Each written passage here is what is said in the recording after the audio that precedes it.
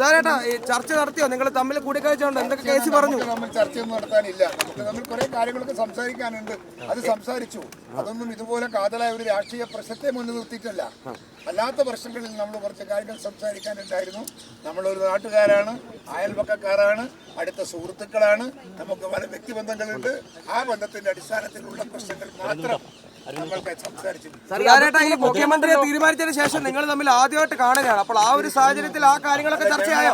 ഞങ്ങൾ അതിനിടയ്ക്ക് ഓരോ മണിക്കൂറും ഞങ്ങൾ ടെലിഫോണിൽ നമ്മൾ തമ്മിൽ സംസാരിക്കുന്നുണ്ട്. അങ്ങോട്ടും ഇങ്ങോട്ടും നമ്മൾ എക്സ്ചേഞ്ച് ചെയ്യുന്നു.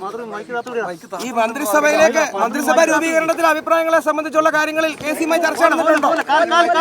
അഭിപ്രായ വ്യത്യാസം സംസാരിക്കാറുണ്ട്. വേണു സന്തുഷ്ടനാണ്. അദ്ദേഹത്തിന് ഈ മുഖ്യമന്ത്രി സ്ഥാനത്തേക്ക് എത്താൻ കഴിയുന്ന നിരാശ വല്ലതും ഉണ്ടോ? അങ്ങനെ വല്ലതും പറഞ്ഞായിരുന്നോ? ചേട്ടൻ ആദ്യം നിലപാടെടുത്തതാണ് KC മുഖ്യമന്ത്രിയാകണമെന്ന്. പക്ഷേ മുഖ്യമന്ത്രിയാകാൻ പറ്റിയില്ല. എന്താണ്? അപ്പൊ അതിലൊരു നിരാശ അദ്ദേഹത്തിനുണ്ടോ? അതിന് സമയമുണ്ട്. വേണുഗോപാലിന് ഇനിയും അതിന്റെ മുകളിലോട്ട് പോകാൻ ഇനിയും സമയം ഒരുപാടുണ്ട്. പുള്ളി സാറ്റിസ്ഫൈഡ് ആണ്. പുള്ളിക്ക് ഒരു തരത്തിലും ഒരു മാനസികമായ വ്യഥയില്ല. അതുകൊണ്ട് അദ്ദേഹത്തോട് അടുത്ത 5 വർഷത്തിനിടയിലാണോ സമയം? അടുത്ത 5 വർഷത്തിനിടെ